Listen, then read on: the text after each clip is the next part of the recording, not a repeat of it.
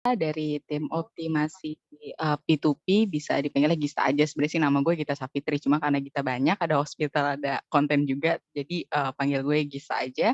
Nah, di sini gue bakalan, jadi pembawa acara di, saling belajar gitu ya, karena mungkin biasanya gue cuma dengerin doang dan kali ini dikasih kesempatan gitu sama HR, thank you banget gitu, jadi bisa bawain acara yang jujur ini sebenarnya, pengisinya nih, apa, menarik gitu ya, yang untuk kerjaan sehari-hari gitu, 10 rumus Google Sheet yang paling sering digunakan gitu ya. Dan mungkin mau kenalan dulu, ini Kak Lutfi Amir atau dipanggilnya Kak Batak, ini alumni FISIP UI, terus udah di Kitabisa nih 3 tahun 5 bulan ya Kak ya, dari tim Fisdes ke strategi growth gitu ya. Ini cukup mencengangkan ya, dari FISIP bisa-bisa jadi Fisdes itu gimana gitu ya. Dan ini satu hal sih, ini out of topic, biasanya gitu ya, sepengalaman gitu, ini kan nama asli dan nama panggilannya jauh banget ya, Kak. Ini kenapa bisa dipanggil Kak Batak ya? Apa emang aslinya dari Batak atau gimana? Mungkin Kak Lutfi bisa dijawab gitu, Kak. Hmm. Dia emang marganya Nasution kan, terus di kampus tuh dipanggilnya Batak tuh.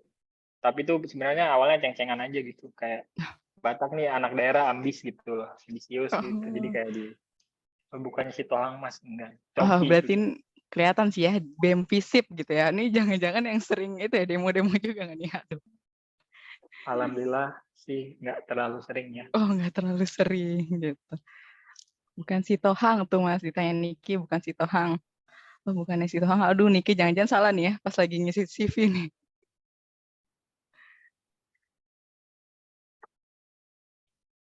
Oke, ini udah lewat mungkin,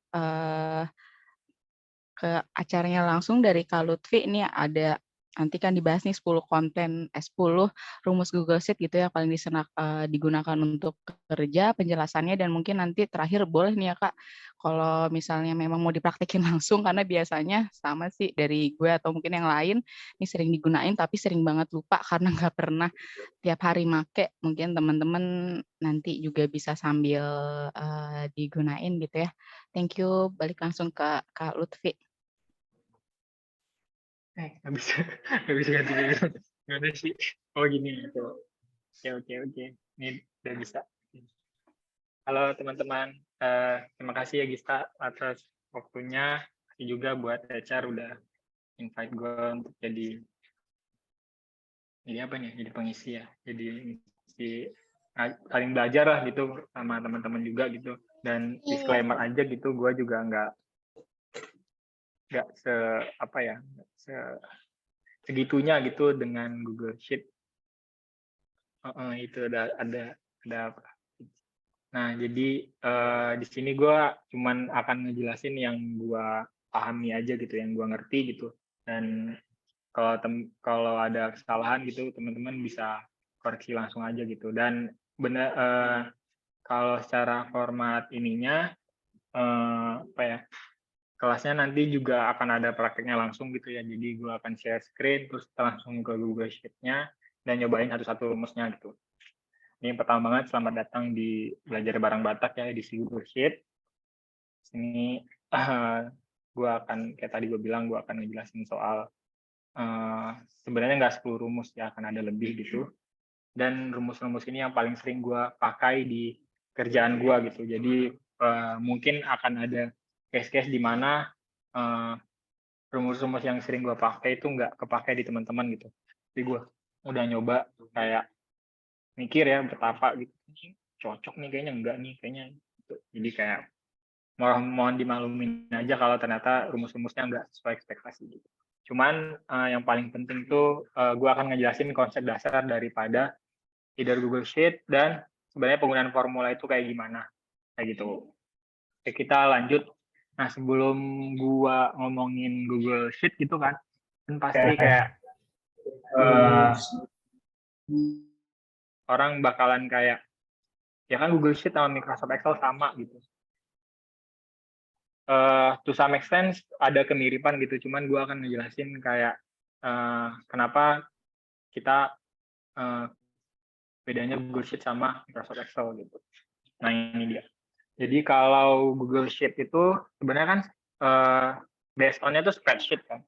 Cuman Google Sheet itu dia beneran web app gitu. Meanwhile Microsoft Excel itu sebenarnya desktop spreadsheet, cuman dia punya internet version-nya aja gitu. Nah, kelebihan dari Google Sheet ini dia collaborative by design. Terus jadi emang didesain khusus untuk kerja bareng gitu ya. Dan dia tuh setiap revisi dan revision history-nya itu real time, dan kita juga bisa chat real time juga gitu sama kolaborator kita gitu. Cuman kekurangan dari Google Sheet ini adalah dia secara data visualisasi kurang, kemudian formulanya juga nggak sebanyak di Microsoft Excel. Dan kalau teman-teman mungkin ya yang pernah sering banget buka spreadsheet itu kan ada kadang lama banget gitu Mas. Kayak loadingnya lama banget, terus kayak kalau ngubah gitu suka tiba-tiba ke disconnect gitu. Nah itu juga salah satu kekurangan Google Sheet gitu, karena dia nggak bisa manage data skala besar gitu. Nah meanwhile kalau Microsoft Excel tuh dia secara function tuh lebih advance. Kalau teman-teman punya waktu gitu ya, atau punya lisensi untuk buka Microsoft Excel-nya gitu. Karena gue dulu pas kuliah seringnya pakai Excel gitu ketimbang Google Sheet gitu. Cuman karena di kantor kita pakainya Google Sheet gitu, jadi akhirnya mulai kesini gue jadi ninggalin Microsoft Excel, terus ditambah lisensi dari kampus gue juga udah dicabut, jadi gue nggak bisa lagi nih pakai Microsoft Excel gitu. Terus Microsoft Excel tuh juga lebih bagus secara charting optionnya, kayak lebih banyak opsinya gitu. Tapi kekurangannya ya susah banget dipakai gitu. Kayak kalau teman-teman pernah nyoba gitu buat formula gitu, ada beberapa karakter gitu, kayak misalkan di Google Sheet itu kita makanya koma. Kalau di Microsoft Excel tuh biasanya titik koma gitu. Dan ada beberapa perbedaan formula gitu dan format gitu. Dan kalau gue sih lebih prefer pakai Google Sheet kalau buat formula gitu. Terus karena tadi itu Microsoft Excel itu dia base-nya sebenarnya desktop spreadsheet, tapi punya internet version gitu, jadi dia itu nggak oke gitulah buat kolaborasi gitu, karena kita cuma bisa track change doang, kita nggak bisa, misalkan gue ganti, di lu juga ganti gitu, nggak bisa. Tuh, terakhir kayak gitu ya, gue nggak tahu kalau sekarang gimana. Nah, itu bisa nah, ini dia. Kalau sebenarnya kalau secara skor tuh gedean Microsoft Excel sih.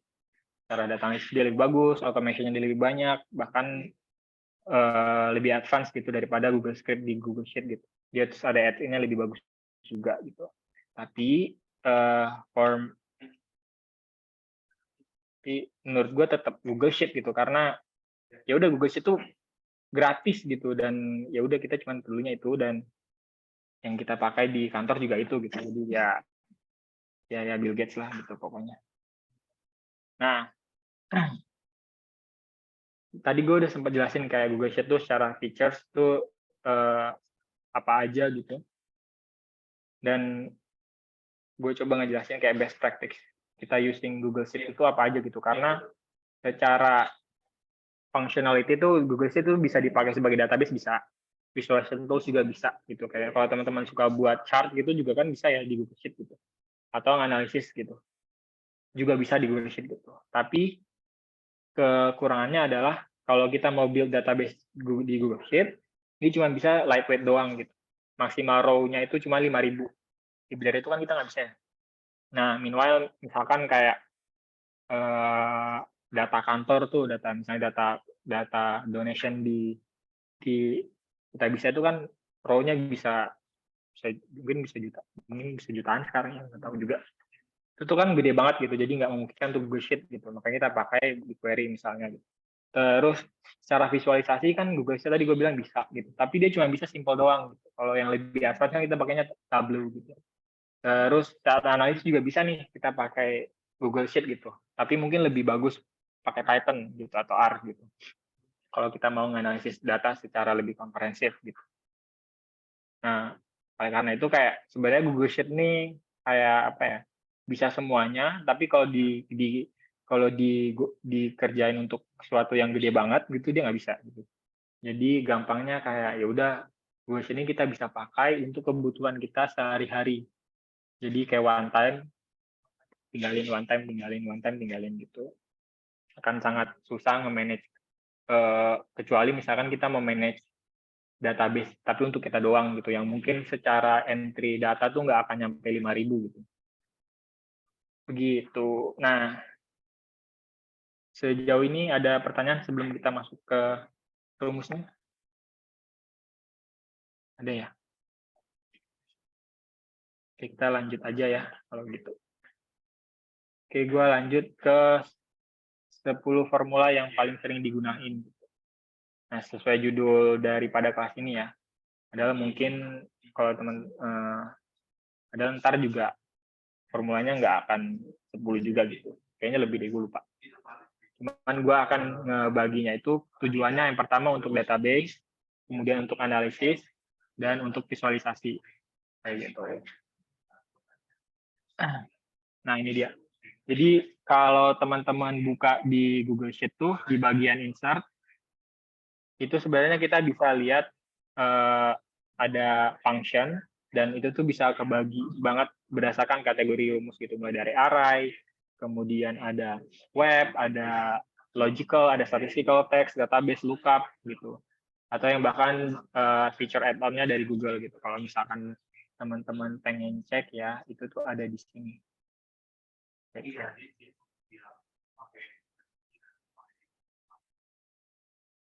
Itu ada di ini. Nih. Nah, ini tuh sebenarnya semua rumus-rumus daripada di Google Sheet gitu, which mungkin kebanyakan juga gue nggak pernah pakai gitu, apalagi bagian engineering gitu. Atau karena balik lagi kan kayak ya udah ini buat kebutuhan hari-hari gitu, gue nggak seniat itu untuk ngapalin semua nilai, semua formula gitu. Jadi yang paling sering digunain aja gitu, dan itu yang akan gue jelasin di sesi ini. Untuk yang pertama, gue pengen ngejelasin soal function logical gitu, dan ini yang paling penting sebenarnya menurut gue, karena most likely ketika kita ngolah data atau ngurus main Google Sheet gitu, kita harus secara logik tuh harus benar gitu, mana yang disebut dengan row, mana yang disebut dengan kolom gitu. Terus misalkan kita mau buat argumentasi soal if gitu, kita harus tahu gitu kalau ini datanya akan benar atau salah. Ini datanya kalau misalkan gua kasih argumen kayak gini, hasilnya kayak gimana gitu. I mean kan ada tuh kayak lu naruh rumus gitu, tapi lu nggak tahu juga jawabannya gitu. Yang paling benar adalah, kecuali ini konteksnya statistikal gitu. Ketika kita ngomongin logical formula gitu, kayak dengan lihat datanya sebenarnya lo harusnya udah tahu gitu, ini hasilnya akan seperti apa. Misalkan ini gue ada data dummy, ini ada data campaign Cianjur dari influencer team. Ini ada project ID, teman-teman juga harusnya udah familiar banget. Ada source URL, ada agent action ID, ada TRX, ini jumlah total transaksi, ini ada GDV, ini ada basket size, berarti basket size-nya adalah GDV per transaksi, kemudian ada GDV per hari ini. Nah, yang gue maksud dengan sebelum ngoperasiin function logical, teman-teman misalkan kayak harus udah tahu ketika suatu ngasih argumen tertentu gitu, hasilnya akan seperti apa. Misalkan if-nya adalah kalau campaign ini di atas 100 juta, berarti campaign bagus. Di bawah itu di bawah itu berarti campaign-nya nggak bagus gitu. Nah, kalau kita operasiin if di sini, dengan cuma ngelihat 579 juta kan udah tahu jawabannya. Ini berarti campaign bagus gitu. Nanti secara logik, jadi teman-teman kayak harus udah tahu lah hasilnya sebelum ngerjain formulanya gitu, karena fungsinya bukan statistikal gitu. Terus notes lainnya adalah kayak teman-teman juga sebelum ngolah data tuh, ngolah ini juga penting untuk tahu dulu nih kayak ini table-nya ngomongin apa sih. Terus masing-masing kolom nih mengindikasikan apa sih, data apa sih gitu. Kayak misalkan ini nih. Nah, ini kan ID ya. Jadi ID itu kan bukan numbers, dia itu sebenarnya string kan. Jadi dia di-treat sebagai teks gitu, bukan angka gitu. Jadi kita nggak bisa nambahin agent acquisition ID yang row 1 nih dengan row 2 itu nggak bisa karena dua-duanya string gitu. Jadi di-treatnya juga sebagai string bukan sebagai numbers pun dengan project ID gitu. Ini kan string gitu. Jadi di-treatnya sebagai teks gitu bukan sebagai number. Tuh. Biar lebih gampang kali ya, biar lebih enak juga gitu, kita bakal langsung nyobain rumusnya gitu. Ini yang pertama, gue mau nyobain function if gitu. Nah, misalkan maksud gue argumen tuh ini ya. Jadi kalau kita buat rumus tuh kan biasanya sama dengan, terus kita buat formula, terus kan ini terus ini argumen nih namanya, terus koma argumen misalnya. Nah, ini jadi bukan argumen argumen, cuman maksud gue argumennya kayak gitu. Nah, kalau rumus if itu secara argumen itu sama dengan if, kemudian logical expression. Logical expression ini berarti kita mau ngasih argumentasi seperti apa gitu. Terus ini argumentasinya kayak gimana? Kayak gimana? Terus koma. Kalau benar akan jadi apa? Terus koma lagi kalau salah akan jadi apa gitu. Misalnya kita cobain di sini aja ya. Misalnya kita coba ngekategoriin, misalkan teman-teman biasanya kan suka ngekategoriin campaign biar gampang ya. Kalian pengen tahu gitu kayak ini campaign kategorinya gimana sih? Misalkan kita kategori campaign berdasarkan pencapaian. Kita pengen lihat campaign mana yang nyampe 100 juta dan mana yang enggak. Gitu. Jadi gampangnya adalah sama dengan if, kemudian masukin ini kan E2 kolom referensinya. Kalau ini lebih dari atau sama dengan lebih dari 100 juta, 100.000, 100 juta, kita anggapnya campaign bagus. Ada itu berarti selain itu berarti di bawah 100 juta. Itu berarti ini berarti 100 juta atau di bawah 100 juta ya. Karena kan dia nggak ada sama dengannya. Jadi kayak dia baru dianggap bagus tuh ketika campaignnya 101 juta. 100 juta, 1 rupiah gitu. Ini campaign jelek gitu.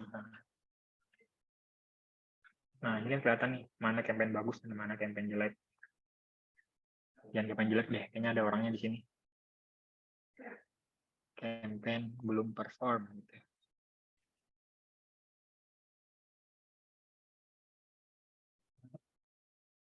Ada chat ya, gue nggak bisa lihat sebenarnya. Box kok. Oke, sorry. Nah, ini kan udah kelihatan nih campaign bagus. Nah, jadi secara gampangnya if tuh gunainnya kayak gitu. BTW kalau ada yang mau nanya gitu, karena gue nggak bisa lihat chat ya, langsung nyalain mic aja gitu. Nah, if itu sebenarnya if itu adalah if yang banyak gitu. Gue jarang pakai sih sebenarnya karena gue lebih suka nih ya, kalau if itu kan dia akan jadi kayak gini nih. Nah, dia akan ngasih condition 1, misalkan kita cobain aja ya biar gampang. Misalkan if ini, if kemudian condition satunya ini di atas dari 5.000 lah anggap ya. Jadi kita buatnya jangan ini deh, times 2 di atas 5.000 berarti gede. Terus kalau condition 2-nya ini kurang dari 100.000,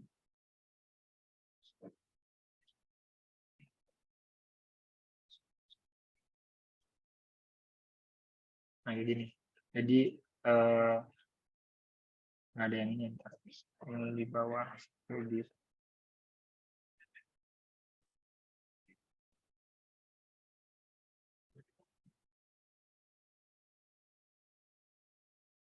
Nah, dia jadi ngasih 2 argumen gitu. Kalau F2 di atas 5.000 berarti gede. Berarti kalau basisnya di atas 5.000 gede. Kalau di GDP-nya di bawah 1 juta berarti jelek. Nah, kekurangan dari ini tuh karena menurut gua adalah lu nggak bisa masukin 2 argumen yang bisa ngasilin 3 hasil misalkan. Kan dia cuma ada 2 pilihannya. Maksudnya kayak either probability-nya diem. Kalau argumen tuh kan gampangnya if true atau false kan. Sementara ada case di mana lu pengen jadi 4 gitu misalkan atau jadi 6. Nah, gue itu lebih suka pakai if di dalam if. Gitu. Akan kayak if ini di atas 500.000, 5 juta. Berarti dia campaign 100 juta. Terus, kan ini udah true-nya segitu ya. True-nya dia campaign di 100 juta. Kalau dia di atas 100 juta. Nah, lu pengen buat bertingkat nih. Ada yang 300 juta, ada yang 200 juta, ada yang 100 juta gitu. Terus, akan lagi if false, lu masukin lagi if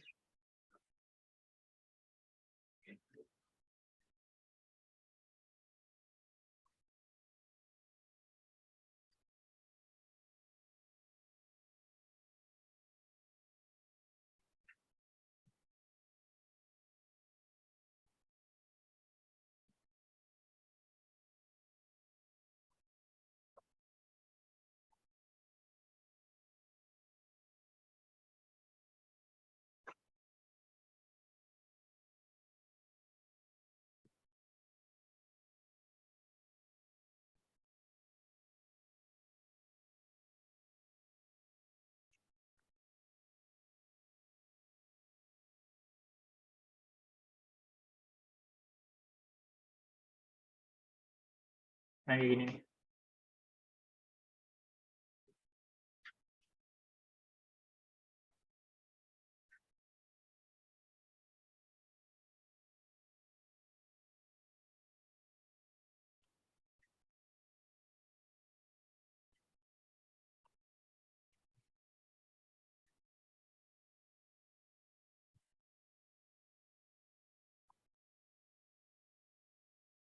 Nah, sebenarnya jadi ada bertingkat gitu kan. Ini di atas 500 juta, ini di atas 100 juta. Ini kayaknya kurang nih.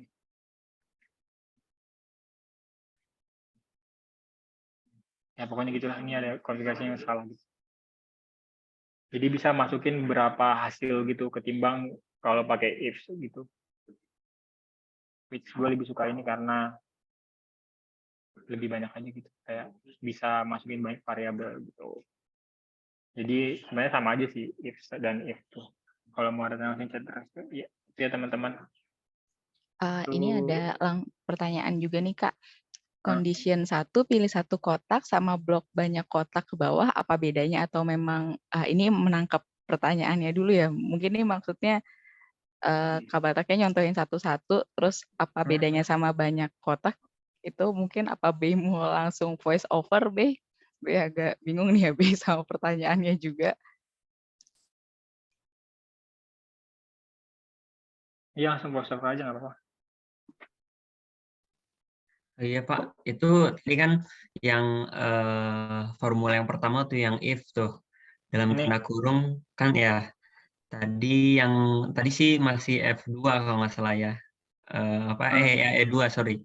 Nah itu Itu kan yang dipilih cuman yang E2 doang, yang 579 juta tuh. Nah, kalau di blok ke bawah itu hasilnya bakalan kayak gimana, Pak? Di blok ke bawah gini. Kan dia Enggak, turun. yang ininya, yang E-nya, Pak. Ini jadi gini. Mm-mm. Nah, gitu. Itu apa bedanya? Apa emang satu aja nggak apa-apa gitu? Eh gua kalau mau pakai yang kayak gini tuh kan kita pakai array biasanya, ya. Hmm. Which ntar gue jelasin gitu. Karena Oke. secara logikal itu kan berarti dia ngetes semuanya kan, Hmm. satu-satu kalau kayak gini. Jadi dan function tuh biasanya dia ngambil first entry gitu. Hmm. Nah, which kalau di sini kan berarti paling atas 579 juta ya. Jadi Hmm. dia akan ngambil entry E2 gitu sebagai tes untuk E2E gitu. Padahal kan secara masuk kita nggak pengen kayak gitu.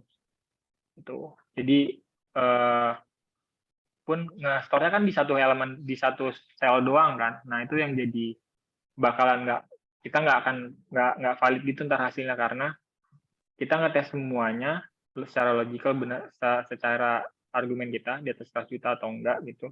Hmm. Terus kita ditaruh di satu tempat gitu, which baca datanya juga bingung juga gitu, kayak ini tuh maksudnya campaign bagus tuh semuanya atau satu-satu gitu. Karena kita ngetes semuanya kan, tapi kita nge-store di satu sel doang.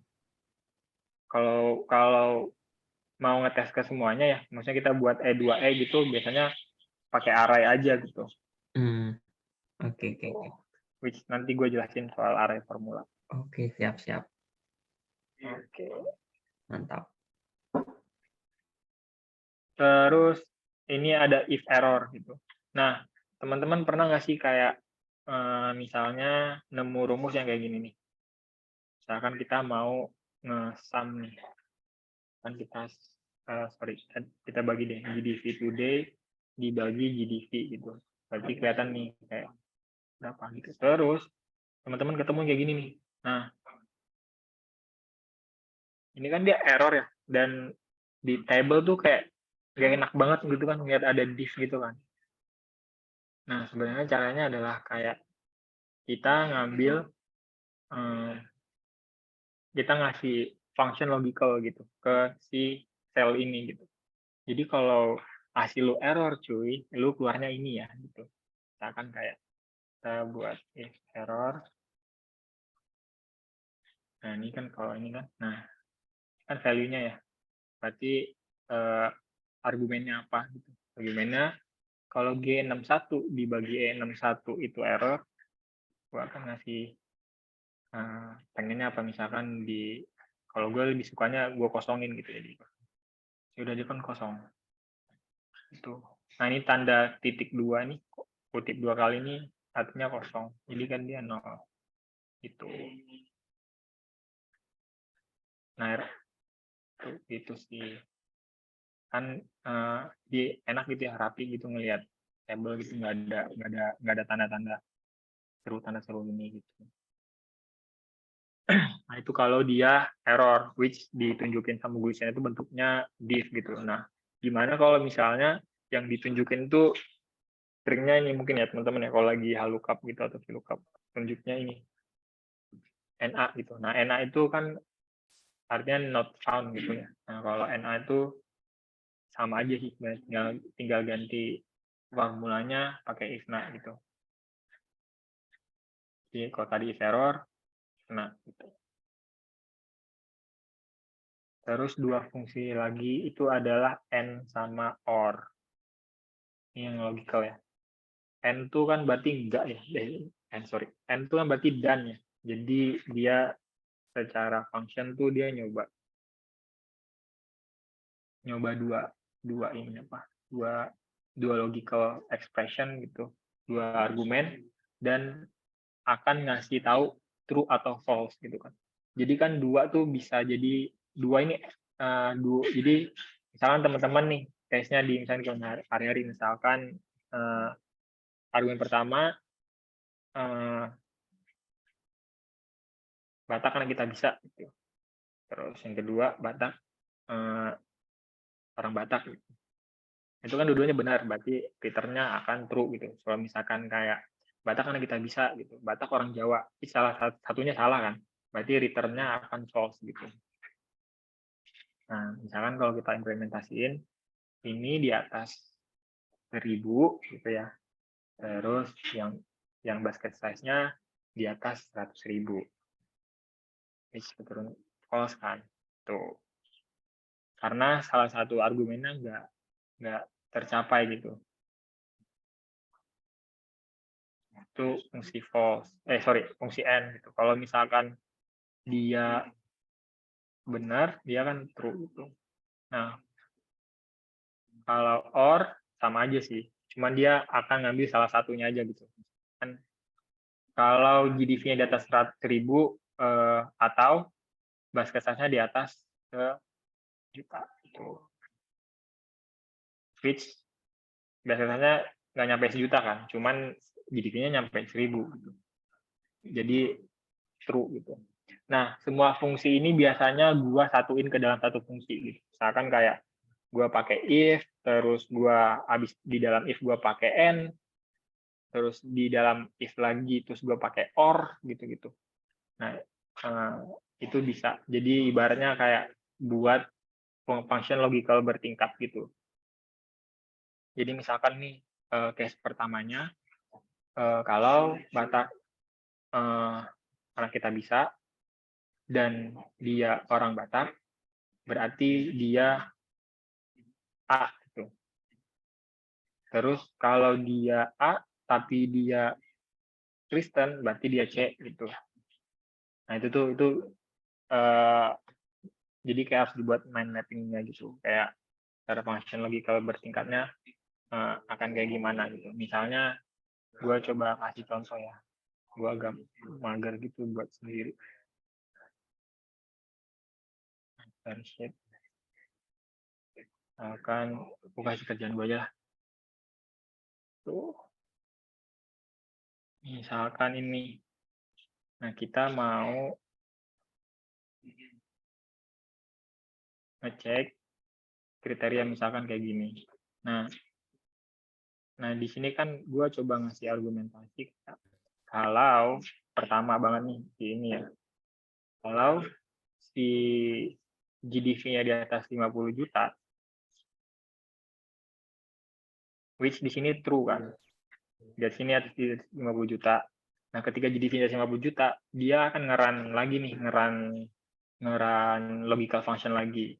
Which kalau GDV 50 juta dan si disbursement percentage-nya sudah kurang dari 0,6, berarti hasilnya kriterianya 60% kriterianya nggak pas.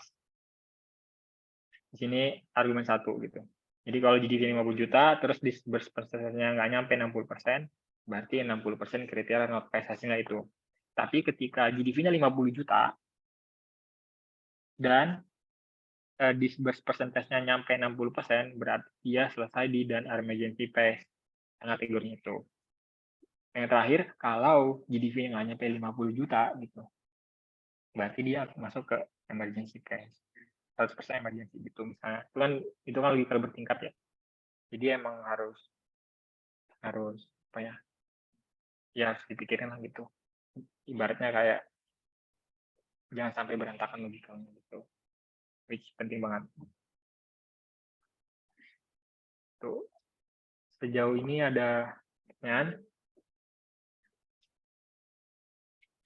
Ini teman-teman kali aja ada yang mau langsung tanya. Ini paling 2 menit lagi, Kak. Mungkin mau langsung sesi praktek atau mau tanya jawab dulu?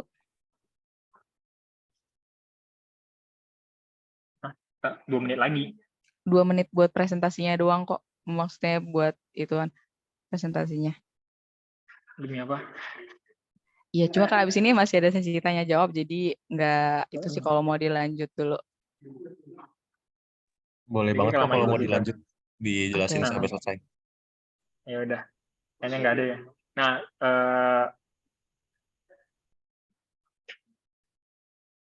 gue akan coba ngasih function yang menurut gue penting banget gitu.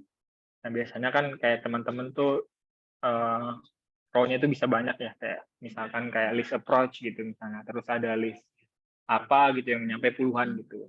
Terus kadang agak mager kan narik kayak gini gitu kan. Ini sih kayak Misalkan kita balikin lagi nih ke rumusnya gitu. If ini lebih dari 100 juta, di campaign bagus, gitu kan. Ini not perform.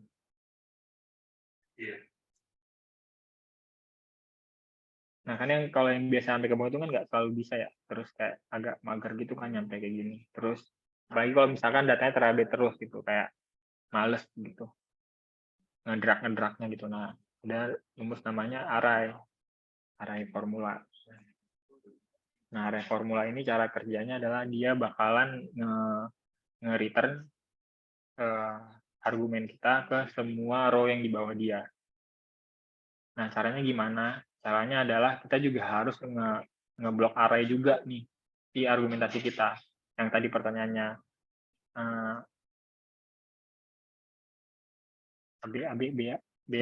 Bernat, pertanyaannya Bernat. Bernat, ya. Nah, ini kan kita argumennya if E2 sama dengan lebih gede dari 100 juta. Nah, jadi tinggal di E ini doang. Jadi dia akan langsung kayak gini tuh.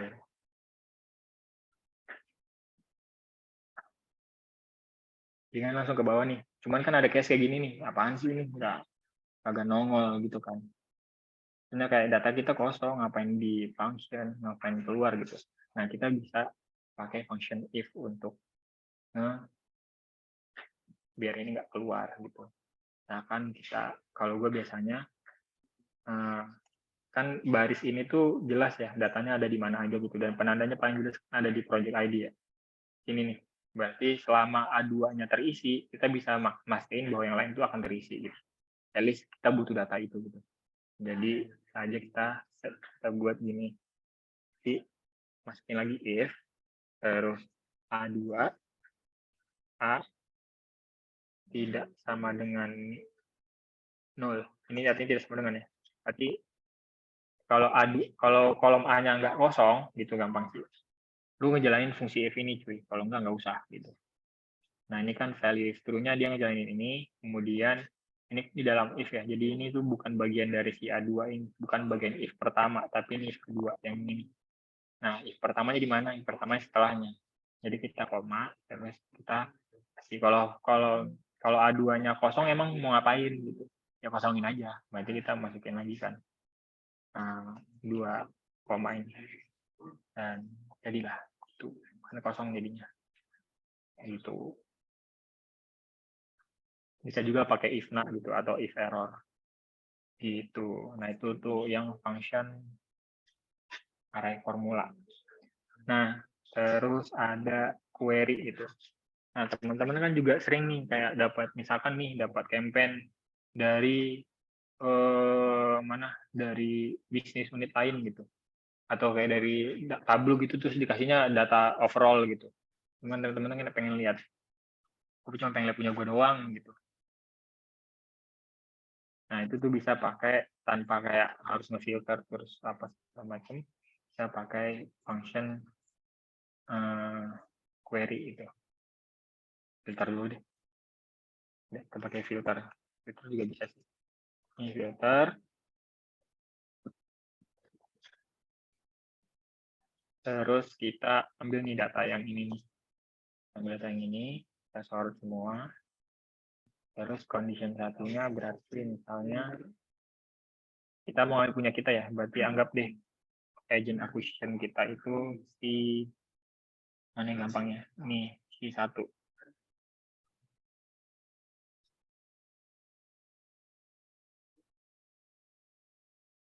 Ini bisa ya.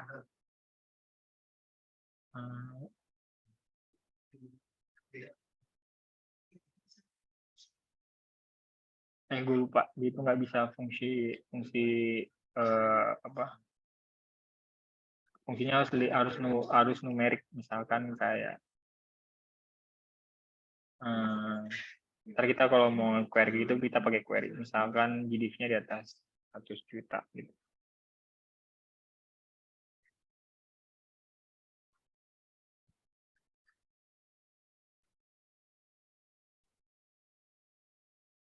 Nah,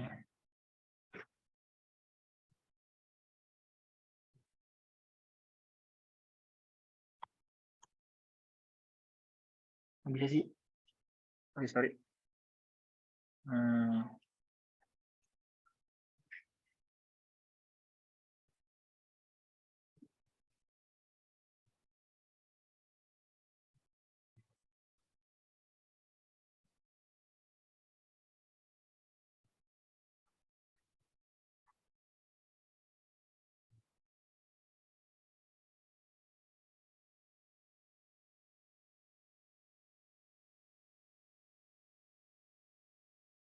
Bentar ya.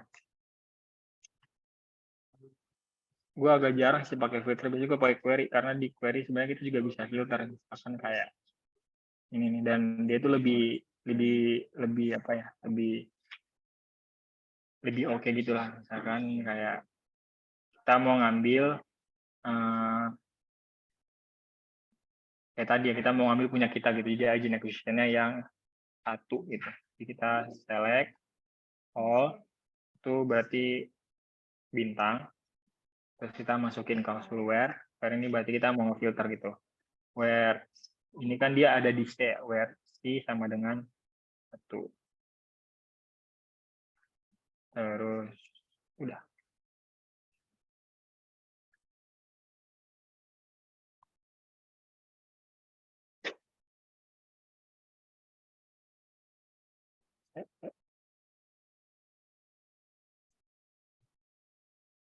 Nah, di sini dia ketiknya. Nah, ini juga penting sih. Ini tuh kan dia otomatis ya. Dia nge-treat-nya sebagai numbers gitu. Padahal kan ini kan plain text ya. Jadi tadi pas gue masukin si ininya 1 gitu, dia ngiranya kayak angka 1 gitu. Padahal kan teks 1 gitu, which sama aja sebenarnya. Bisa dua-duanya. Once dia teks gitu. Nah, ini kan kelihatan jadi ini kan. Gitu. Itu kalau kita pakai query. Nah, misalnya kita mau query terus kita pivot nih. Itu tinggal teman-teman bisa langsung kayak gini, select terus masukin kayak gini nih.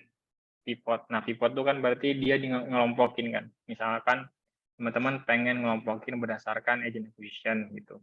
Berarti select all gitu, terus sum GDV gitu, sum GDV terus pivot ke C. C itu kan si agent acquisition gitu. Kayak gitu. Kita ambil data yang banyak deh, misalkan kita select all doang. Ini kan semuanya ya. Nah, kita bisa masukin function sort nih. Function sort di depan query gitu. Nah, di sini kan range-nya dari query kita ya. Terus sort kolomnya misalnya kita pengen urutin berdasarkan agent acquisition. Berarti di kolom ke 3 ya. 3. Terus ascending kan berarti dari kecil ke gede. Kita mau pakai ascending aja. Terus kita pakai kolom GDV which 5. Kan kita pengen dari tergede berarti false.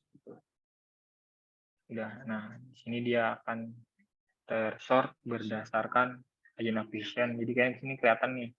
Ini misalkan let's say ini Bernard nih. Ya udah, ini yang Bernard dari yang tergede sampai yang terkecil. Kayak gitu.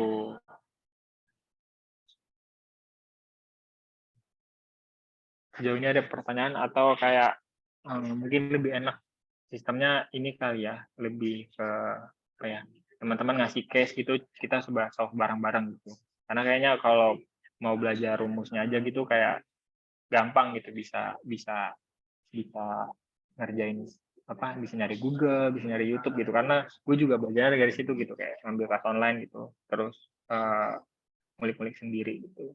Nah, yang jadi problem adalah waktu gua nyoba itu discovery gitu, kayak kadang tuh kita tahu nih jawabannya apa gitu, tapi kita nggak tahu nanyanya gimana gitu, kayak gue pengen ini kayak gini deh, cuman gimana nyarinya gitu. Nah, kayak apa yang harus gua ketik di Google gitu biar keluar desired function yang gua pengen gitu. Nah, di sini teman-teman ada yang mau ngasih case gitu misalnya.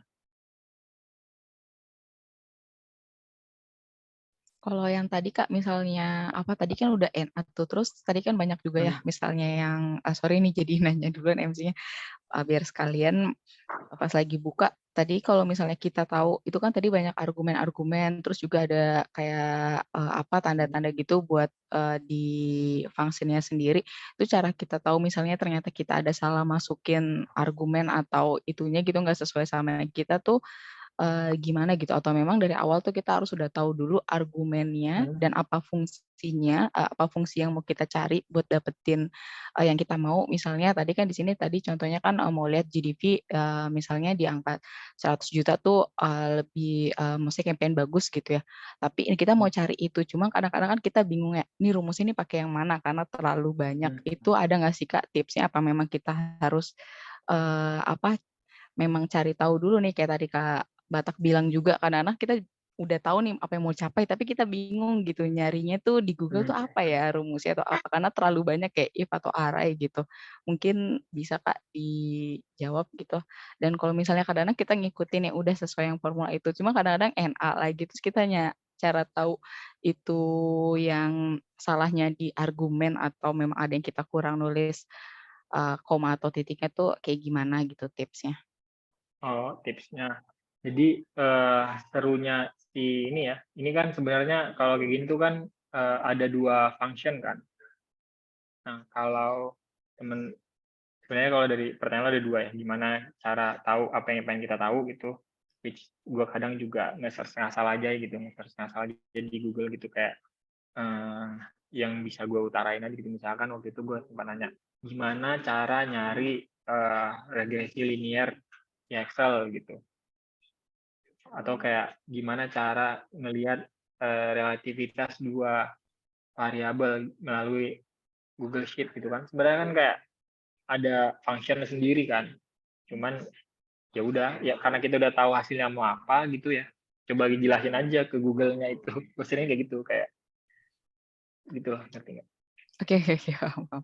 Mungkin kalau yang tadi yang kedua Kak, yang misalnya ternyata memang ada salah di fungsinya sendiri pas kita masukin karena tuh sering yang terjadi itu sih entah salah kita argumen apa kurang titik koma gitu kadang-kadang kayak udah Ya. ngebacain kalau dipencet kan dia tuh suka keluar ya sebenarnya fungsinya tuh kita kurang apa cuma kayaknya sering banget nggak teliti sih.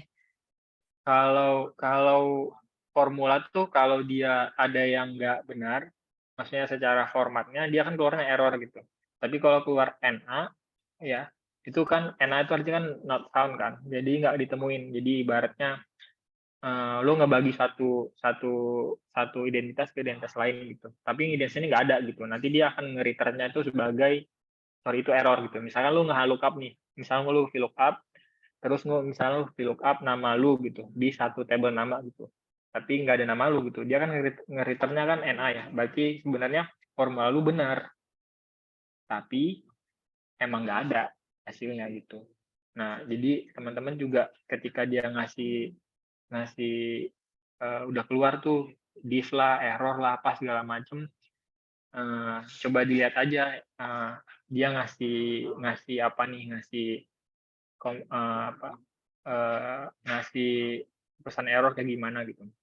Nah, yang sering terjadi di case gue, misalkan ketika gue operating if dengan begitu banyak, biasanya itu argumentasinya saling bertabrakan gitu. Misalkan gue bilang kalau campaign di atas 5 juta, itu berarti campaign bagus gitu.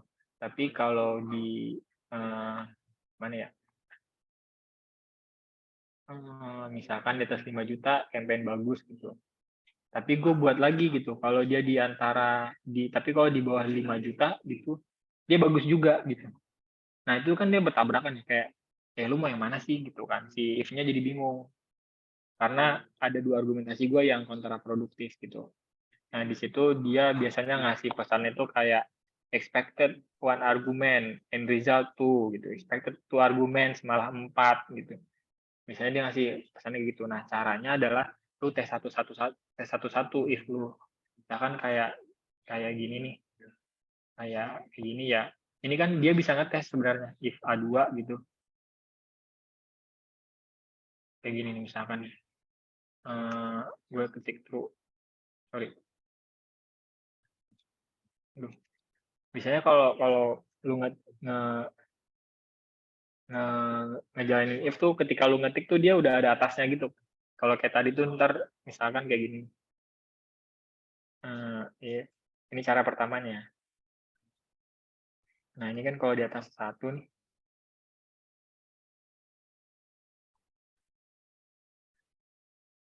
Kok nggak nongol ya? Biasanya nongol. Kan kayak gini deh.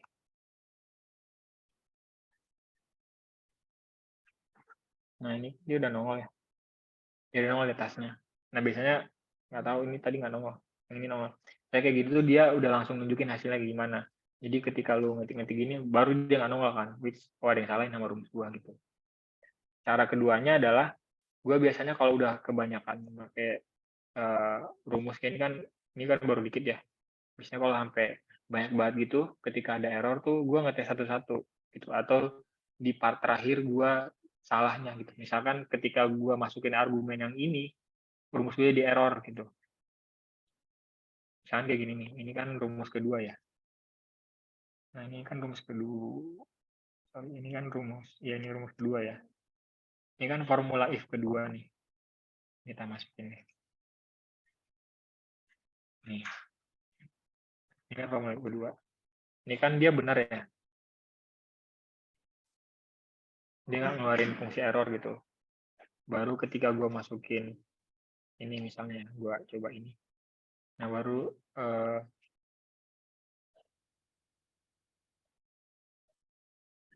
dia, nah kayak gini nih.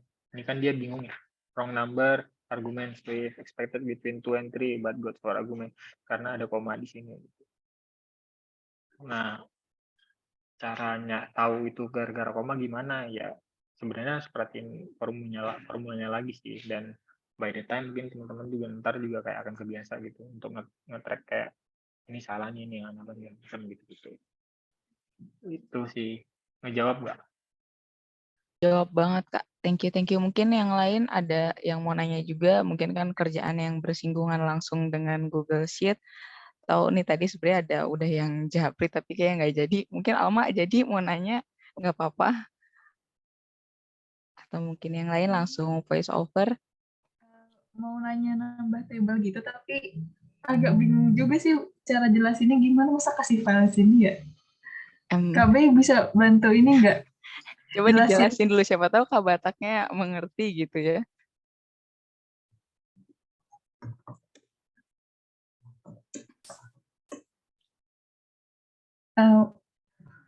Enggak, ini KB itu mau nanya, katanya mau cara tambah table gitu.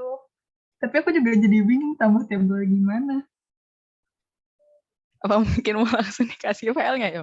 Mungkin langsung itu aja contohnya gimana, Mak? Nambah apa tadi? Table? Iya. Buat?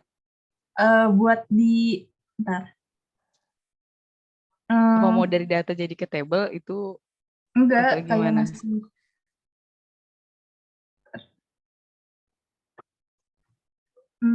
Jawabannya. Udah guys, sorry bentar.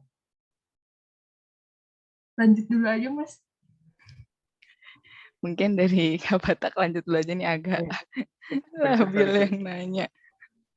Ya udah, kita lanjut ke ini kayaknya udah pasti sering banget pakai ya. VLOOKUP, HLOOKUP, XLOOKUP, match sama index gitu. Kalau VLOOKUP dia kan vertical lookup ya. Jadi dia caranya itu adalah kayak dia akan nyari data kita berdasarkan kolom. Jadi misalkan kita nyarinya di sort URL gitu. Dia akan nyari ke bawah. Dan data pertama yang dia temuin gitu, itu bakalan keluar hasilnya, dia akan ngeluarin hasil dari row yang sama di kolom yang kita pengen tentuin. Misalkan kayak kita pengen nyari GDV daripada si Cianjur kita gitu. Jadi dia akan VLOOKUP, terus kita buat search key-nya si Cianjur kita, terus dapat sama dia nih. Terus dia akan ngeluarin si GDV-nya. Nah, case-nya adalah what if ada 3 Cianjur kita gitu. Jawabannya adalah dia akan ngambil first entry row. Jadi si Cianjur, let's say Cianjur kita ini ada 3 ya. Ada di baris 10, ada di baris 28, sama di baris 30. Nah, dia akan ngambil si first entry row. Which si Cianjur yang 10. Dia akan ngambil 120 juta nih. Padahal misalnya kita pengennya nyarinya yang di 11 juta. 8 juta. Gitu misalnya. Nah, jadi teman-teman ketika pakai VLOOKUP atau HLOOKUP juga harus memastikan bahwa ada data unik atau enggak gitu. Karena case-nya si VLOOKUP dan HLOOKUP itu dia ngambil first entry row. Gitu. Terus nah, itu sih. Kalau XLOOKUP itu kan dia cross lookup ya. Gampangnya kalau si VLOOKUP dari atas ke bawah dan HLOOKUP itu juga sebenarnya atas ke bawah tapi ditranspos ke kiri kanan itu ya. Si XLOOKUP ini dia bisa dari atas, bisa dari bawah juga gitu. Misalkan kita pengen nyari nih total GDP dari si Bangkit Cianjur. Ini gue juga sering pakai gitu. Lookup, terus kita cari Bangkit Cianjur, terus lookup range-nya dari sini ya. Terus result, itu di sini. Ini. Terus yang kita pengen cari itu GDP-nya. Terus ini kita kosongin aja. Missing value berarti kalau misalkan dia nge-cross lookup terus nggak dapet, lu mau ngasih argumen apa, maksudnya kayak mau ngasih keterangan apa. Kalau sini contohnya misalkan missing gitu, kita mau kosongin aja. Terus match mode itu adalah di sini tuh keterangannya adalah match mode tuh lu mau precise, exact, atau yang mendekati atau yang lebih gede gitu. Nah, kita pakai yang exact berarti 0. Berarti yang sama persis. Berarti kita cuma pengen ngambil data yang namanya sama persis sama Bangkit Cianjur. Terus nah ini yang membuat XLOOKUP tuh lebih fleksibel ketimbang pakai VLOOKUP gitu. Karena kita bisa search mode. Nah, di sini tuh dia bisa nyari kalau di sini tuh ada 4, min 1, min 1, 2, dan min 2. Kalau 1 tuh dari atas bawah, min 1 itu dari bawah ke atas. Nah, 2 tuh dan min 2 itu sebenarnya sama aja, cuman dia berdasarkan binary range gitu. Binary search gitu, which tidak disarankan karena hasilnya akan sangat random. Jadi misalnya kita mau dari bawah nih, kita pakainya min 1. Tuh.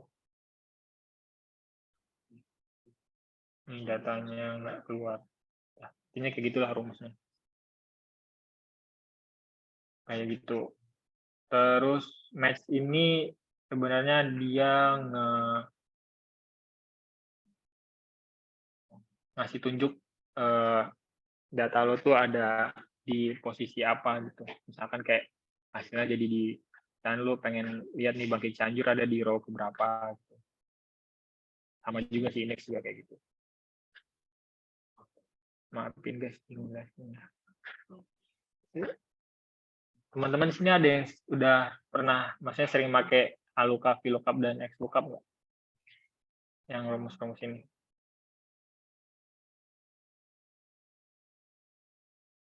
Ya kayak, gue nggak tahu sih, kayaknya salah satu paling sering dipakai nggak sih? Iya kayaknya sering Kak, tapi kayaknya terlalu seringnya sih salah kayaknya yang inputnya ya.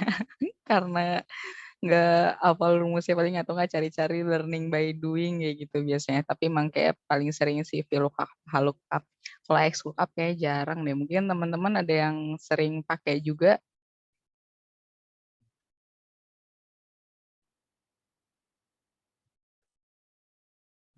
Yaudah kita lanjut. Nah, sama ini sih gue itu kayak juga sering digunain ya konten ini tuh buat nyatuin. Tapi sebenarnya kalau teman-teman tahu biasanya kayak gini, Ini kan sebenarnya buat nyatuin ya. Misalkan let's say ada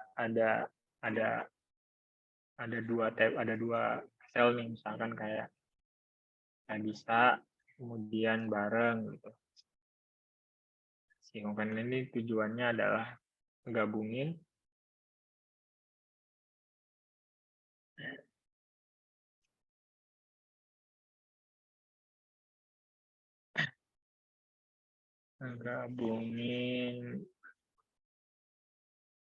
ini sama ini. Udah gini doang sebenarnya. Tapi sebenarnya ada cara lainnya juga gitu. Gue biasanya sukanya kayak gini. Ini terus pakai N. Ini sama aja. Karena kenapa gue suka pakai ini, karena ya udah gue langsung bisa masukin sendiri gitu. Terus kayak aja sih. Kayak cuma nambahin depannya doang. Gitu. Kalau pakai berarti kita tinggal pakai koma-koma doang. Gitu. Nah, biasanya ini tuh case-nya kalau misalkan gue sering makainya adalah gabungin misalnya kita bisa.com gitu sama bisa short URL tuh nggak ada kita bisa.com ya kan, kayak langsung short URL gitu. Nah, itu tuh bisa pakai formula yang ini atau yang kayak gini juga bisa, tergantung. Atau case-nya lagi mungkin teman-teman familiar sama UTM link gitu. UTM itu kan panjang banget ya, ada UTM medium, ada UTM medium, ada UTM apa lagi. Pokoknya itulah, di UTM itu kan ada tingkatannya gitu lah. Nah, itu tuh juga bisa digabungin. Jadi kayak lu bisa buatin table terus langsung buatin semua UTM list yang panjang banget tuh dengan fungsi ini. Nah, yang terakhir tuh split. Nah, split ini dia kalau ini kan ngegabungin. Nah, kalau yang itu misahin gitu. Split tuh caranya gampang juga. Misalkan teksnya ini nih. Terus gue pakai delimiternya itu di hashtag. Tuh dia akan ngubah datanya jadi kayak gini.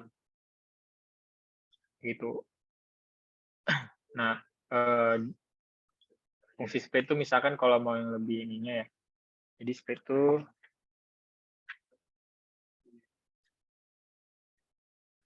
misalkan ini kan ada split by each kan. Nah, split by each itu ketika teman-teman mau ada banyak delimiter. Misalnya ini kita pakai delimiternya hashtag sama titik kali ya, titik. Terus kita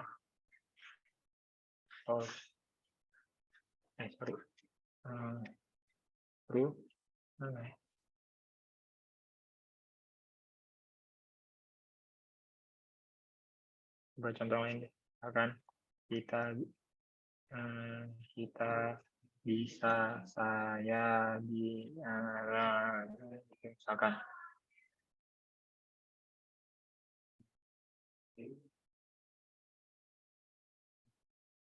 akan delimiternya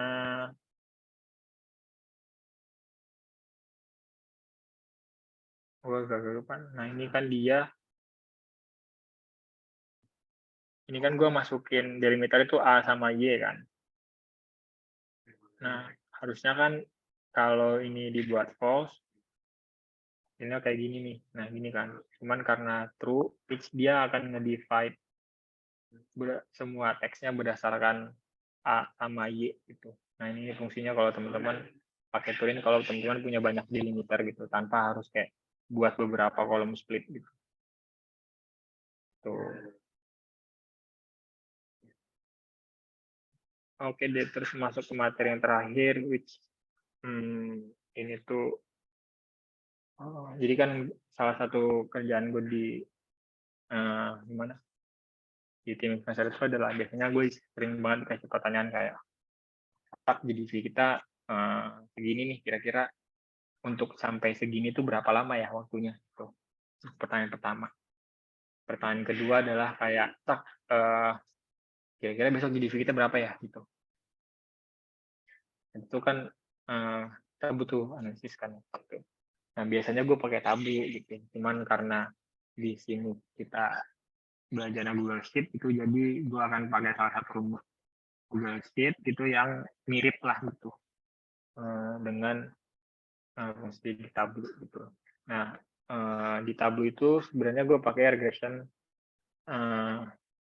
analisis regresi linear gitu. Cuman kalau di sini ini tuh pakai regresi ini kalau nggak salah apa ya? Ini tren tuh kalau nggak salah least square regression analysis. Terus yang forecast ini dia analisis regresi biasa gitu. Misalkan kayak ini udah ada contohnya nih, udah ada contoh datanya dan datanya. Terus gue misalkan disuruh nanya per hari ini GDP kita berapa tak? Sebenarnya gampang banget sih pakai. Kita pakai tren. Kemudian di sini kan non data Y ya. Jadi dia nanya nih, Y, gue perlu ngejelasin ini ada linear dulu, nggak salah ya? Perlu nggak ya? Perlu ya. Jadi teman-teman pernah belajar regresi linear nggak ya? Pernah nggak? Nggak pernah ya? Pernah sih harusnya itu tema kayaknya. Jadi regresi linear itu adalah lupa. Gampangnya adalah regresi linear itu kita mau nguji dependensi dua variabel.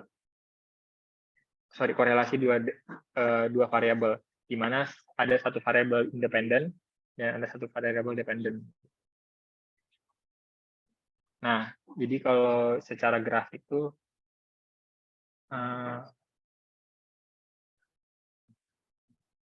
biar paham konsepnya aja.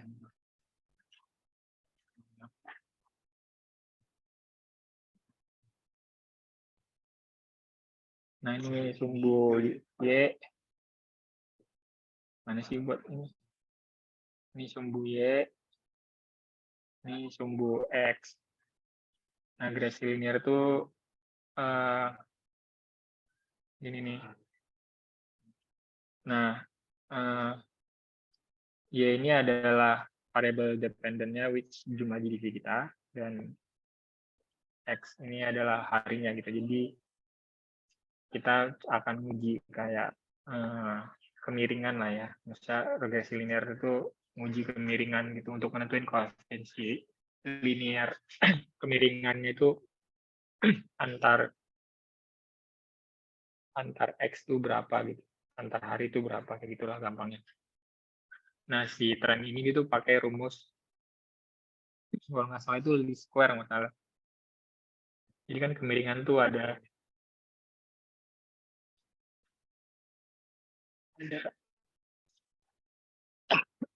habis lagi suara gue.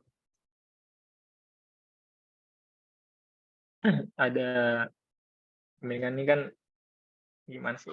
Ada prediction-nya gitulah. Nah, least square itu dia ngambil yang the least di sininya gitu.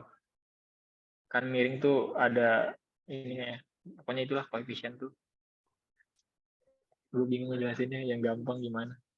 Pokoknya ketika kita ngasih prediksi itu ada range prediction gitu. Nah, si least square itu ngasih the least square prediction, which prediction yang errornya itu paling kecil gitu. Tapi hasilnya akan lebih kecil juga dibanding prediction yang lain. Gampang gitu aja. Di tren itu.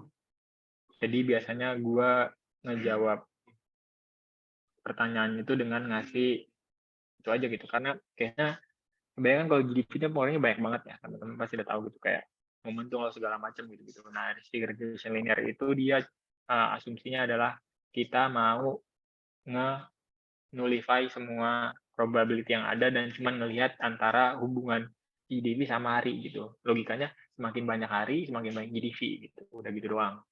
Jadi rumusnya adalah tren, kemudian kita masukin non Y-nya, terus iya kan benar ya? Iya, terus non X datanya, terus kita FX-nya berapa. Nah di sini kelihatan nih GDP-nya minus 16 juta, which nggak mungkin kan? Kenapa nggak mungkin? Karena ya udah kan datanya selalu nambah gitu, nggak mungkin GDP kita ditarik gitu kan. Jawabannya adalah karena kita harus ngesam dulu nih, karena kan kita melihat ini ya GDP di hari tanggal 1 tuh berapa misalkan. Ya udah gue biasanya ngesam dulu nih, ngesam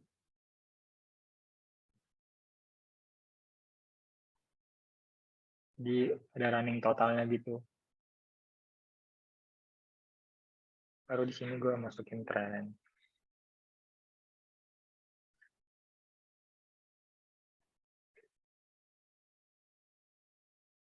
Udah, berarti kayak kalau ditanya GDP kita hari ini berapa tak gitu. Ya udah gue jawabnya kayaknya segini gitu. Kayaknya 1 M gitu. Kayak gitu. Forecast linear juga sama, ibaratnya kayak ini tuh dua cara penggunaan rumusnya sama, cuman di forecast linear ini beda metode dikit gitu. Nah kalau sparkline apa? Sparkline itu buat ngasih visualisasi simple. Misalkan ini nih, tuh udah kita bisa lihat grafik gitu kan. Nah biasanya gue naruh di ujung gitu kayak jadi kelihatan cara ininya kan.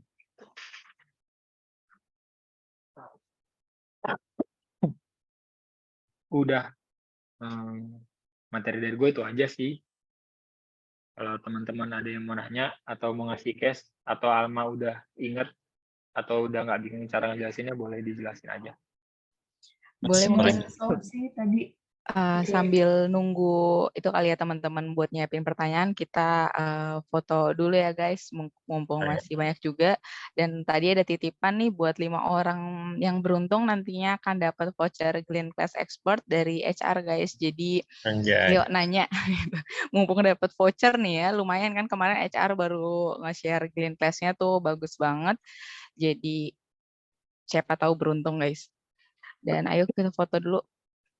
Mungkin bisa nyalain on cam dulu nih. Yang mau nanya mungkin Vela, Bernard, Mbak Opel mungkin yang lagi di kantor, Hafiz. Mas Batak bisa di stop share screen bentar-bentar ya Mas. Andin mungkin bisa ganti background view.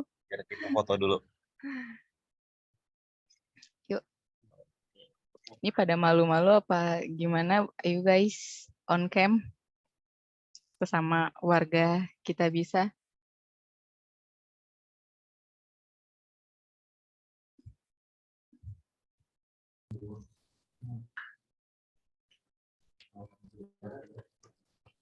Udah ya, masih mau ditunggu. Kak Vela, Rala nggak mau. Dan ini. Ayo Mbak Opel, Rala nih. Rizka. Rala masih soman Rala. Kayaknya udah ya. Lama banget Rala isoman. Mimi, Vela disuruh on cam nih, sebalu kan. Foto aja kali ya Kak Gista ya. Foto aja ya, oke. Aku hitung ya, 1, 2. Oke, sekali lagi 1. Sekali lagi. 2, 3. Oke. Kabata kayak jadi ada 2 kayak gitu kami. Oke, makasih teman-teman. Ayo mungkin yang mau nanya 5 orang. Ayo Alma dapat voucher Mak. Mau nanya dong Mas. Gue kan pernah ini ya Mas ya, bikin dashboard. Dimana tuh gue mau pakai drop down list gitu. Yang jadi tiap bulan tuh, jadi kalau gue tunjukin bulannya April atau Mei, jadi dashboardnya, chartnya dan segala macam cuma nunjukin yang bulan itu doang gitu datanya gitu. Nah, gue kan makanya query ya.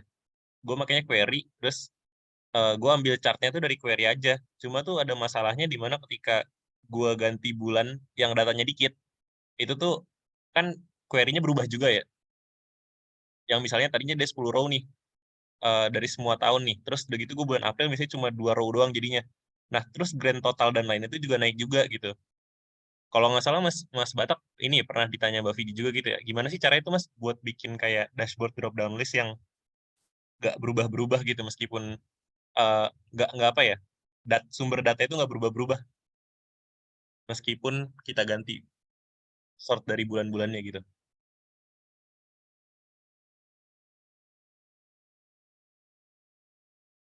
Mute, Mas. Ini Mas apakah Batak mute kayaknya? Udah ngomong dari tadi mute.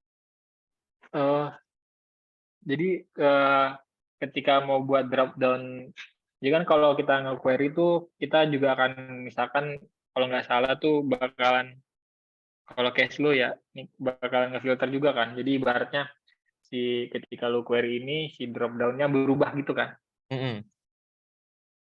Jadi akhirnya si drop down-nya harusnya bulannya ada 12 cuma ada 10 gitu. Benar nggak kayak gitu? Enggak sih, maksudnya kayak apa ya? Kayak misalnya gue bikin data nih kayak list training 2022 misalnya ya.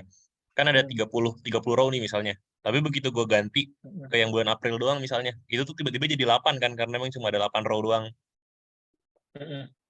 Nah, terus tuh query-nya enggak, jadi masalahnya gini Mas. Jadi gara-gara kan gue mau nunjukin bulan di chart kan ya. Gue mau nunjukin bulan di chart dan di sheets itu masalahnya adalah kalau bulan nggak bisa di sort by Januari Februari, jadi kalau di sort tuh dia pasti alfabetikal, jadi itu dari Agustus terus gitu. Paling itu dulu sih Mas, maksudnya kayak ada nggak sih Mas caranya yang nge-sort biar bisa nge-sort bulannya itu dari Januari, Februari, Maret, April gitu loh. Karena gara-gara itu tuh gue makanya jadi pakai query sama pivot table waktu itu. Nah, karena gue pivot table-nya dari data query itu, begitu gue ganti bulannya, query-nya berubah, pivot table-nya berubah juga. Jadi narik, dan di pivot table itu kan ada yang bawah-bawahnya tuh ya, kayak grand total atau apa gitu ya. Nah, itu tuh ikut muncul di chart gue gitu. Kalau case pertama tuh ketika bulan gitu ya, itu tuh lu bisa kalau data nggak gerak gitu ya, kayak bulan tuh kan nggak gerak ya, di mana-mana bulan cuma 12 gitu kan. Iya. Nah itu lu bisa aja sebenarnya pakai apa? Drop down itu nggak dari query, tapi langsung misalkan kayak gini doang gitu, itu bisa kayak data validation doang. Nah Belum share kalau screen lagi kayaknya Mas. belum share screen lagi ya? Iya. Benar juga. Kok malah pencet record. Nah ini. Kelihatan nggak sih?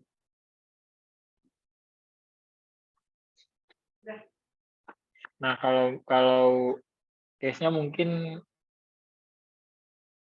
kalau bulan gitu kan dia datanya nggak gerak ya. Jadi kayak cuma ada 12 gitu dimanapun di dunia ini. Jadi kalau data-data gitu gue biasanya nggak akan gue query gitu. Gue cuma nulis aja gitu. Karena berdasarkan urutan juga kan. Gitu. Kalau case yang lain, karena query itu emang kayak gitu fungsinya, dia akan nge-sort berdasarkan ininya gitu kan. Sementara kalau bulan tuh kan lu akan bisa misalkan Juni, Juli, Agustus, September, Oktober gitu. Which sebenarnya si query-nya akan nge-treat-nya itu sebagai teks gitu. Jadi dia akan nge-sort-nya berdasarkan si ininya, si alfabetikalnya gitu. Jadi kalau jawabannya gimana, kalau kayak bulan, kalau jawaban pertama, ya si drop down menunya itu tuh ditulis manual aja. Karena juga nggak gerak juga kan datanya. Jadi lu nggak akan perlu terus-terusan update gitu. Itu biar secara UI-nya juga enak gitu.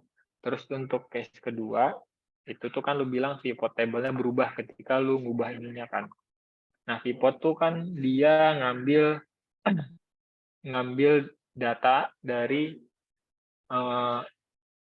query lu gitu. Sementara query lu itu bisa berubah-ubah gitu kan case-nya. Jadi ibarat gue nge-query nih di sini. Terus dari sini gue pivotin gitu kan. Terus ketika sementara si query ini tuh ke filter oleh filter yang di sini. Misalnya.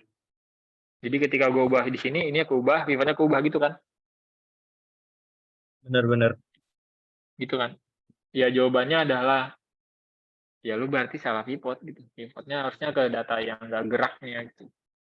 Kalau emang tujuan lo mau nge-pivot keseluruhan data gitu. Karena ibaratnya pertanyaan lo itu gimana cara biar gue mutusin hubungan antara si table yang di sini, yang which dia ke attract sama filter di sini, terus biar nggak ke ininya ke pivot. Yang jawabannya adalah ya udah lu pindahin aja source pivotnya itu ke data yang nggak gerak di awal gitu. Karena harusnya kalau query itu kan source-nya juga ke satu data ya. Iya nggak sih? Gue nggak tahu sih shit lu gimana. Cuman menurut gue kayak kalau gue misalkan pakai query banyak banget di semua sheet gitu. Biasanya satu data itu cuma ada satu doang gitu data tunggalnya. Which ketika gue mau nge-pivot dalam bentuk general all gitu, semuanya grand total gitu. Ya biasanya gue pakai data ininya. Misalkan ini itu kan anggap deh ini tuh datanya bukan kok. Sorry, ini kan data paling pertamanya kan. Terus misalkan ini kan gue query ke sini. Terus ada gue query ke sini lagi misalkan.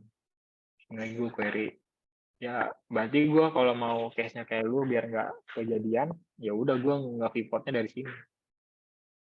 Jangan dari sini atau dari sini gitu. Negonya Bayangin. ada kali Mas ya, biar apa? Ada data yang kalau drop down-nya diganti berubah juga, ada yang tetap aja gitu ya. Pasti menurut gue tuh pasti data lo itu ada data yang nggak bergerak gitu karena kecuali query-nya dari ini ya ngambilnya dari Redash gitu, tapi kalau query-nya ngambil dari sheet juga pasti ada satu data yang nggak gerak gitu, data yang jadi reference semua query. Nah itu yang lo jadiin pivot, jadi bukan data query yang lo jadiin pivot karena kebutuhan lo bukan nge-pivotin data yang tabelnya bergerak gitu, tapi tabelnya nggak bergerak kayak gitu. Nah case-nya adalah case-nya kayak gitu. Kebayang nggak? Kebayang. Mungkin di sheet lu tuh data nggak geraknya sengaja disembunyiin gitu biar nggak keubah gitu. Atau di lock gitu. Mungkin coba lu cek dulu aja. Biasanya gue akan selalu nge-lock data yang gue nggak pengen data nggak geraknya gitu karena bisa berubah kan kalau ada yang nge-delete lah apa segala macam. Sementara data query itu kalau ke-delete kan dia muncul lagi ya. Kan dia bandel ya kayak tuh di Iya. dihapus-hapus dia nongol lagi gitu. Jadi kayak aman gitu. Sementara data nggak geraknya itu yang apa ya rentan kali ya gitu. Apalagi kadang ada yang suka kepencet gitu. Hilang satu sheet kan. Terima kasih Mas. Ya, ada lagi. Ada lagi teman-teman Aku mungkin mau sambil tanya, boleh Alma silakan. Mas, kan mau tanya nih, kalau misalkan gimana ya caranya nge-link dari Google Sheet ke WhatsApp API? Misalkan yang satunya tuh yang A tuh misalkan namanya, terus B tuh nomor handphonenya, terus yang C tuh kita kayak pengen ngirimin ngeblast gitu, ngeblast template gitu. Ada nggak ya rumusnya? Dia kalau pakai API WhatsApp tuh harus Google Script. Kenapa Mas? Jadi Maaf. emang rumusnya sih nggak ada ya. Cuman Google Sheet tuh bisa support ke situ. Pakai Google Script misalnya agak repot sih ngejelasinnya. Saya kalau lu pengen tahu ntar di luar ini aja ya. Cuman gue gambarin ininya dulu. Oh iya, boleh Mas. Nih, ini apaan ya?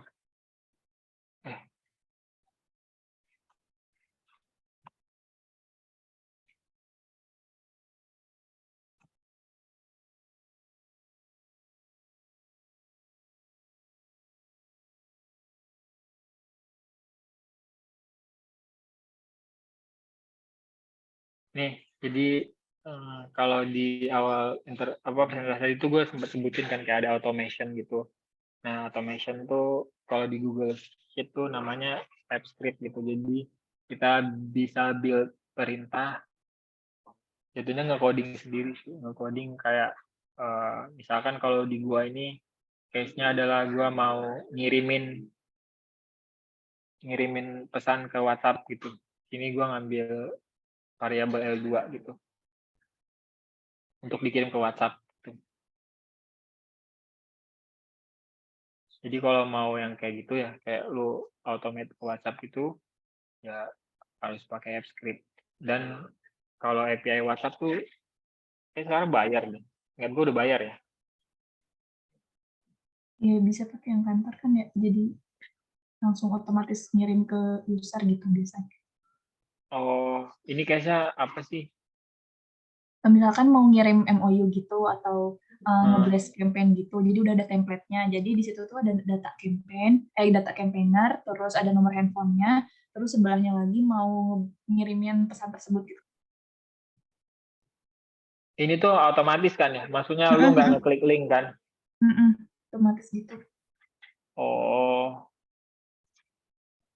jadi sebenarnya kalau mau ininya ya,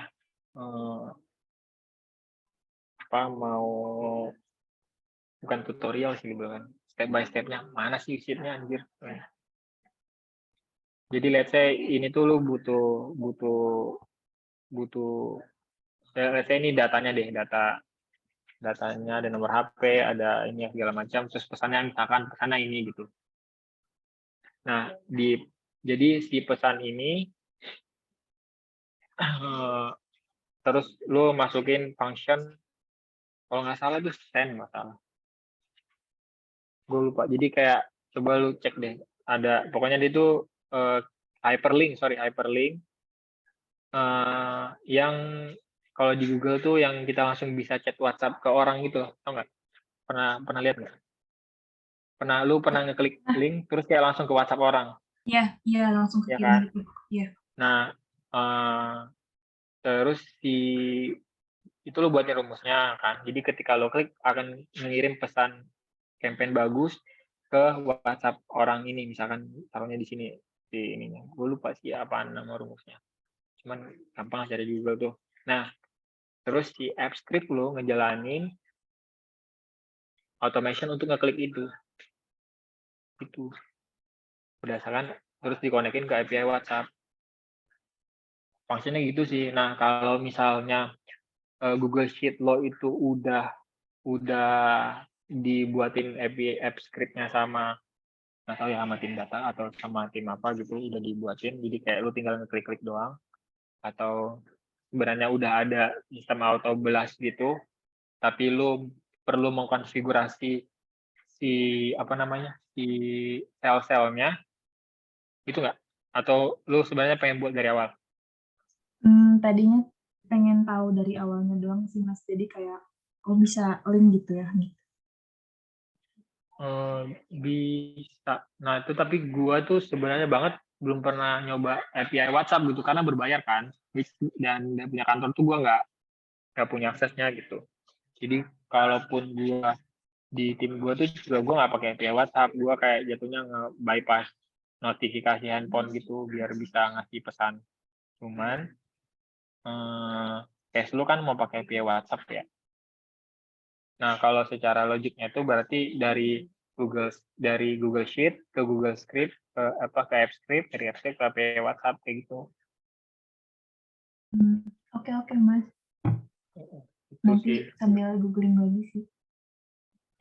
Makasih Mas. Thank you Alma. Teman-teman ini sebelum pada live nantinya mohon diisi surveinya ya. Jadi nanti 2 bulan lagi kita bisa tahu gitu ya saling belajar nih HR mau kayak gimana, bisa isi juga mungkin apa speaker apa teman-teman ada rekomendasi lainnya bisa mohon diisi juga. Terus sekali lagi thank you banget buat Kak Batak buat hari ini. Jadi kita tahu paling enggak 10 rumus ya yang paling sering digunakan, dan kalau misalnya ada error atau apa kita juga tahu harus gimana, apa yang perlu dicari dan argumennya juga perlu sesuai ya. Dan tadi juga banyak gitu yang kita dapat dari bedanya filter dan query dan kayak gimana sebagainya gitu dari VLOOKUP, HLOOKUP, dan yang split tadi baru banget tahu juga sih ada split sama trend itu karena biasanya cuma yang rumus gampang-gampang tapi siapa tahu ke depannya bisa jadi rumus yang bisa bakalan kita gunain juga buat ke depannya. Thank you buat teman-teman nih karena udah kelewat 3 menit dan abis ini masih ada sesi selanjutnya tentang financial planning. Jadi selamat ke sesi selanjutnya. Thank you banget Kak Batak dan yang lain. Selamat sore. Thank you. Thank you guys.